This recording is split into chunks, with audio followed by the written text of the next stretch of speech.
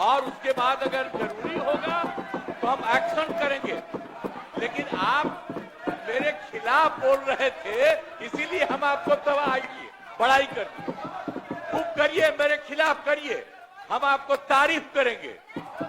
लेकिन कोई काम नहीं कर रहे हैं, कोई बात है तो लिख करके दीजिए। अरे ऐसे ही बोल रहे हैं, अरे जवाब दे रहे हैं तो उसमें नहीं। अगर किसी चीज के बारे में कोई बात है तो आप लिख करके हमको दीजिए, हम देखेंगे। बैठिए बैठिए, अपने स्थान में जाइए, अपने स्थान पे जाइए, पहले अपने स्थान पे जाइए, अपने स्थान पे जाइए।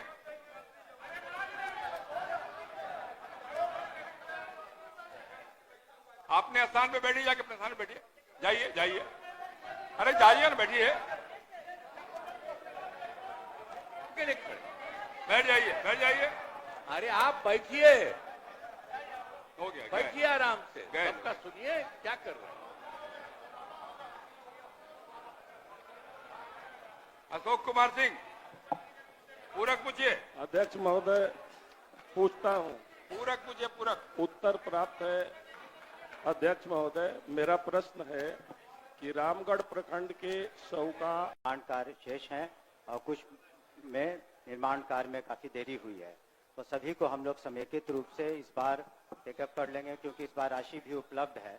इन्हीं कारणों से वजह से राशि की उपलब्धता नहीं रहने की वजह से हुआ होगा। लेकिन इस बार हम लोगों ने जहां पर बिल्कुल विद्यालय नहीं है या ये हालात बिल्कुल सही नहीं है, उसको हम लोग प्रायोरिटी पर टेकअप करेंगे, इसको भी करेंगे निश्चित। अध्यक्ष महोदय, करेंगे तो नहीं, जो 20 में निविदा हुई माननीय अध्यक्ष महोदय, और आज तक कब तक करेंगे, कृपया बता दें, स्पष्ट बता दें। हमने कहा कि अरे ये लोग शांत रहिए, शांत रहिए। सर, ये लोग लिख दिए हैं कि इसके चलते राज्य के निजी विद्यालयों में शिक्षा के अधिकार अधिनियम आरटीई के तहत 20% कमजोर वर्गों के बच्चों का नामांकन होना चाहिए, लेकिन नहीं हो रहा है। सरकार का जवाब भी इसकी पुष्टि करता है। अब बात ये है, ये बोल रहे हैं तो इसके लिए जो कमजोर वर्ग है, आप उसके लिए जरा इसको ध्यान से देखिए, पूरे तौर पर ध्यान दीजिए। और एक और अधिकारी भी है, मैं इनको भी कहूंगा कि इसको ध्यान से देखिए। हमको इन्होंने दे दिया है तो इस पर जरा देख लीजिए, जो भी इसके बारे में संभव है इसको। ठीक है, बैठिए। अरे देखेंगे, अब हो गया। बैठिए आप नहीं, आप नहीं, अरे ये सब देखिए ना, हम लोग तो कमजोर वर्गों के लिए रात दिन काम करते हैं। आपने अभी कहा है हम एक एक चीज की जांच करवाएंगे, क्यों कोई दिक्कत कहीं हो रही है इसको हम देखेंगे। हमने दोनों को कह दिया है, जो अधिकारी हैं और उनके अफसर हैं, आई दोनों को लिख दिया, इन लोगों को भी हमने कह दिया। सब लोग अब देखेंगे, इसको जांच करेंगे, इसलिए बाकी चीज देखेंगे। समीर कुमार मासेक।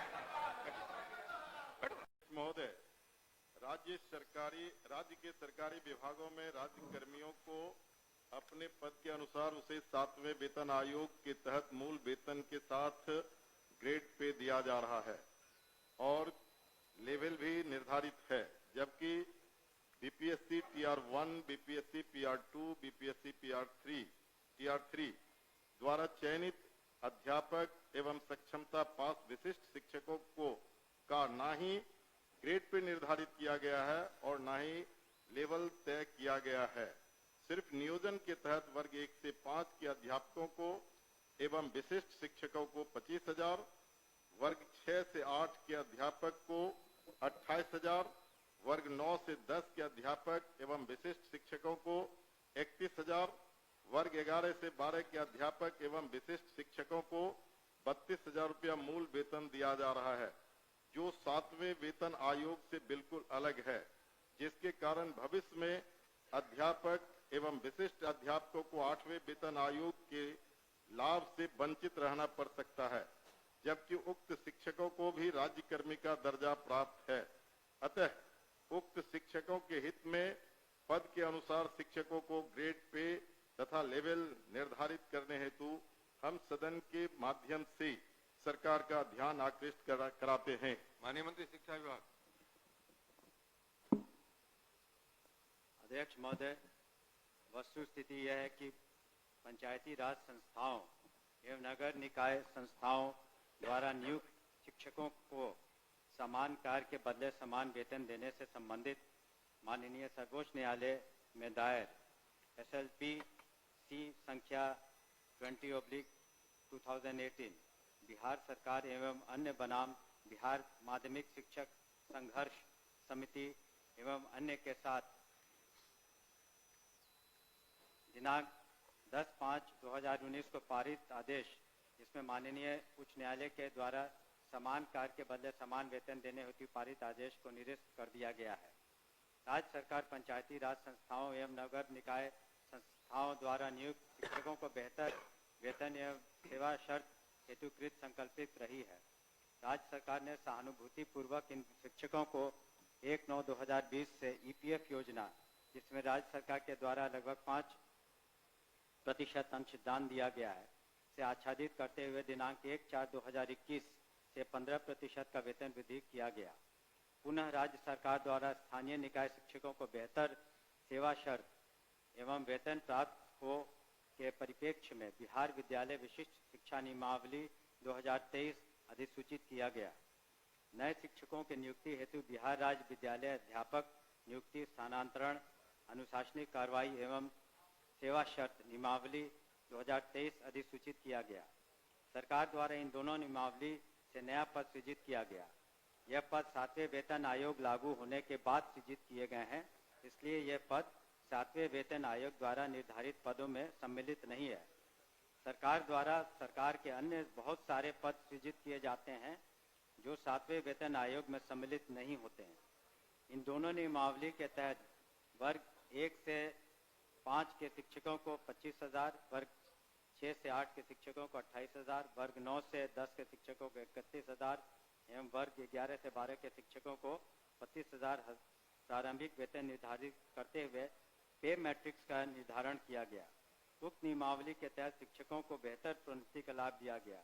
अगले संभावित जो वेतन आयोग 8वां वेतन आयोग में ये शिक्षा विभाग द्वारा इन विद्यालय अध्यापकों एवं विशिष्ट शिक्षकों के वेतन मान को उचित स्तर पर निर्धारित करने हेतु वित्त विभाग को अनुशंसित किया जाएगा। महोदय, मैं पूरे वक्तव्य को मैं सुना। सरकार BPSC का एग्जामिनेशन लेकर के सरकार ने घोषणा किया कि वो राज्यकर्मी होंगे। दूसरी बात की सरकार ने ही घोषणा किया कि सक्षमता परीक्षा पास जो कर जाएंगे शिक्षक वो राज्यकर्मी होंगे। तो जब राज्यकर्मी होंगे तब फिर क्या औचित्य है कि आप उसको 7वें वेतन के लाभ से अलग रखेंगे, उस श्रेणी में नहीं रखेंगे? क्यों उसको राज्यकर्मी का दर्जा देते हुए और राज्यकर्मी की घोषणा करते हुए उस लाभ से सरकार क्यों वंचित रखना चाहती है, ये मैं जानना चाहता हूं। माननीय मंत्री। अध्यक्ष महोदय, इसमें जो विचार विमर्श किया गया वित्त विभाग से, ऐसी बात नहीं है कि सहानुभूति तो पूरी रखी गई। एक और आंकड़ा मैं पढ़ना चाहूंगा सदन के सामने। वर्ष 2003 में जो नियुक्त प्रशिक्षित शिक्षा मित्र थे, प्रारंभ में उनका नियत वेतन प्रति माह था 1,500, जो वर्तमान सकल वेतन प्रति माह हो गया 31,340। वर्ष 2006 में नियुक्त पंचायत प्रखंड नगर शिक्षक थे 5,000, उनका वर्तमान सकल वेतन प्रति माह हो गया 29,410। वर्ष 2010 में नियुक्त पंचायत प्रखंड नगर शिक्षक 7,000 था वेतनमान, तो उनका हो गया आज के दिन में 29,410। वर्ष 2013 में नियुक्त पंचायत प्रखंड नगर शिक्षक 10,000 थे, उनका आज के दिन में 29,410 सकल वेतन प्रति माह हुआ। ये वित्त विभाग की सोच थी कि इनका 7वें वेतन आयोग से आच्छादित नहीं होंगे और इनके लिए अलग से उन्होंने एक पे मैट्रिक्स बनाई। लेकिन साथ ही हमने ये भी कहा कि भविष्य में जब 8th पे कमीशन लागू होगा तो उसमें फिटमेंट कमेटी बैठती है और फिटमेंट कमेटी जिस श्रेणी में ये फिट करेंगे उसमें उनको आच्छादित करेंगे। धन्यवाद। महोदय, जो सरकार के द्वारा वक्तव्य फिर दोबारा दिया गया, ये पुरानी बात को दोहराई गई कि जब नियोजन इकाई, कई नियोजन इकाई थी, आपने 23 में उस तमाम नियोजन इकाई को भंग कर दिया। अब जिला स्तर पर नियोजन इकाई आपने गठित कर दिया, जितने जिला है उतने ही नियोजन इकाई है, और आपने, आपके फैसले से सरकार ने फैसला लिया कि अब तमाम जो पहली प्रक्रिया थी उसको हम समाप्त करते हैं और बीपीएससी से एग्जामिनेशन लेकर के हम शिक्षक को बहाल करेंगे और वो राज्यकर्मी होंगे। दूसरा, कि सरकार से हम लोग बात कर रहे थे कि जो पुराने तरीके से पंचायत से, प्रखंड से, जिला परिषद से जिन शिक्षकों को नियोजित किया गया उनको आप सरकारी कर्मी घोषित कीजिए। सरकार ने एक फैसला लिया, सक्षमता परीक्षा जो पास करेगा वो सरकारी कर्मी होंगे। तो सवाल उठता है कि सरकारी कर्मी वो सिर्फ स्कूल में नहीं पढ़ाते हैं, उनसे आप चुनाव में बूथ पर भेजते हैं, उनसे आप जो है सो बीएलओ बनाते हैं, उनको कई तरह का सवाल करते हैं। जब वो सरकारी कर्मी आपने घोषित किया है, तब सरकारी कर्मी के बराबर उसके समकक्ष 7वां वेतन क्यों नहीं देना चाहती है, ये हम जानना चाहते हैं। तो नहीं, उनका कहना है कि वो पुराना जो बताया 4000 था, 2000 था, 3000 था। दूसरी बार खड़े होकर बोले तो नहीं सर, मैं अध्यक्ष महोदय, जब ये पूरा मामला वित्त विभाग में गया, वित्त विभाग इसमें सारी निर्णय लेता है। पे मैट्रिक्स उन्होंने नया किया और कहा कि ये 7वें वेतन आयोग से आच्छादित नहीं होंगे। और दूसरी बात ये भी है, हम इस बात को स्वीकार कर रहे हैं कि भविष्य में जब 8th पे कमीशन का इन्होंने बात उठाई है, तो जब भी पे कमीशन केंद्र सरकार के द्वारा जब वो लागू होता है, तो यहाँ बिहार में भी फिटमेंट कमेटी बैठती है और फिटमेंट कमेटी के अनुसार उस वक्त इसमें जिसमें करेंगे हम लोग अनुशंसा करेंगे। लेकिन अंतोगत्वा इन सभी मामलों में वित्त विभाग अपने वित्तीय प्रबंधन के तहत ही अंतिम फैसला देता है, जिसको सभी को स्वीकार करना पड़ता है। धन्यवाद। हो गया आपका। सर ठीक है, वो लोग पूछेंगे, लेकिन मेरा आखिरी सबमिशन है सर, सप्लीमेंट्री मेरा ये है कि वित्त विभाग से सारी प्रक्रिया को पूरा करते हुए तब आपने बीपीएससी का एग्जामिनेशन लिया और तब आपने राज्यकर्मी का दर्जा दिया। तो साथ में वहीं घूम फिर के आ रहे हैं आप। साथ में वेतन का आप लाभ उसे क्यों नहीं देना चाहते, ये सरकार एक लास्ट करते हैं सर। एक ही बात तो बोल रहे, बोलिए अध्यक्ष।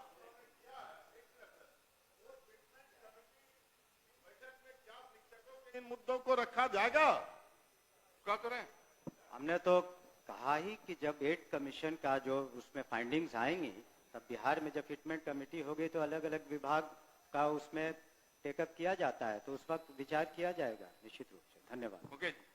अध्यक्ष महोदय, वर्ष 2023 में नियोजित शिक्षकों को महागठबंधन की सरकार में राज्यकर्मी का दर्जा दिया गया था महोदय। और ध्यान जो शिक्षकों के हित में उनके पद के अनुसार ग्रेड पे और उनका लेवल जो तय करना है, वो सरकार कब तक देने का विचार रखती है? यदि देने का विचार रखती है तो कब तक, नहीं तो क्यों?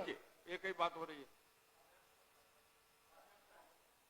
आपके माध्यम से मैं शॉर्ट में 2 पूरक पूछना चाहता हूं। क्या सरकार को ग्रेड पे निर्धारण करने में आर्थिक बोझ आ रही है? और यदि ये आर्थिक बोझ आ रही है तो सरकार बतावे कि कितने की आर्थिक बोझ आ रही है, तब जो है वो इनको करने में क्या कठिनाई आ रही है आर्थिक बोझ आने में? ये मेरा सवाल है। बैठिए, और कोई पूछने वाले नहीं ना है? चलिए आप बताइए। महोदय, ये तो जब ऐसे मामले वित्त विभाग में जाते हैं तो नीति निर्धारण और सारी समीक्षा वित्त विभाग करती है, तो वित्त विभाग का निर्णय सभी को मान्य होता है और इस पर क्या आंतरिक जो वित्तीय बोझ रहेगा, सभी चीज़ों का कैलकुलेशन उन्होंने किया होगा, तभी इस तरह का उन्होंने इस निर्णय पर पहुंचे जिसके बारे में हमने सदन को अवगत किया है। अध्यक्ष सूचना को पढ़े। अध्यक्ष बैठी हो गया नहीं? अरे 3 बार जवाब दिए, 3 बार वही सवाल खड़ा किया जो आप पढ़िए अभी केसरी जी। पहले भी राज्य में जितने भी विद्यालय हैं, सरकारी विद्यालय हैं, वित्त रहित अनुदानित संस्थान है, वित्त रहित संस्थान है जो, और वेतन और पेंशन 4-4 महीने का बकाया है, कोई भी संज्ञान नहीं लिया जा रहा। ये अजीब सी स्थिति बनी है। होली बीत गया, रमजान भी बीतने को है, लेकिन शिक्षा विभाग पता नहीं क्या कर रही है। मुझे आश्चर्य लग रहा है। ये तो ऐसा तो कभी नहीं हुआ था, क्योंकि 4-4 महीने का वेतन नहीं मिले। किसी विश्वविद्यालय को वेतन का पैसा भेजा जाता है तो पेंशन का पैसा नहीं भेजा जाता है। 7-7 वर्षों से अनुदान बाकी है, परीक्षा फल आधारित अनुदान।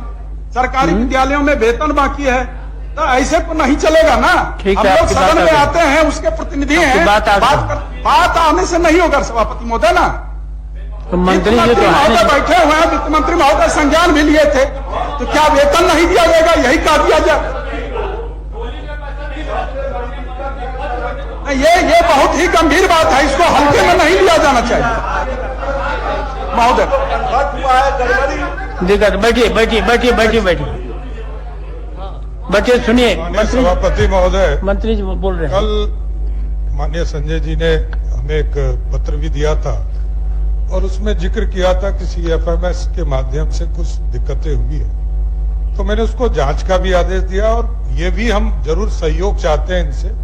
इस तरह की त्रुटि कहीं हुई है तो जरूर हम लोग को संज्ञान में दें। और जो माननीय सदस्यों ने चिंता जाहिर किया है, हम इसको दिखवा लेते और 1 सप्ताह में इसको कैसे सभी को वेतन मिल जाए इसकी सुनिश्चित करें। ठीक अब हो गया जो अभी नियोजित शिक्षक बिहार से तत्क्षमता देकर विशिष्ट शिक्षक बने हैं, उनका प्राण नंबर बनना। हमको याद है कि पूर्व में 2 लाख बहाली हुई अभी तो, और BPSC से 15 सुनिए ना एक ही साथ आज महीनों से उसका भुगतान नहीं हो रहा है। शिक्षा विभाग के लिए, शिक्षा विभाग और शिक्षकों के प्रतिनिधि के लिए अलग कोई नियमावली बिना वेतन का बीत गया है शिक्षकों का। ठीक है, हाँ बोलिए। बिना पेंशन का बीत गया है। हो गया, आगे चलिए। बीतता कुछ आगे का कार्य लिया जाएगा। हाँ बोलिए। सही पूछना चाहूंगी कि आशा कार्यकर्ता जो है, ये होली बीत गया और रमजान चल रहा है। नहीं, होली और रमजान चल रहा है, वेतन नहीं मिला महोदय, वेतन नहीं मिला। उनको 5-5 महीने से वेतन बकाया है। बिहार राज्य प्रदूषण नियंत्रण परिषद के वित्तीय वर्ष 2024-25 का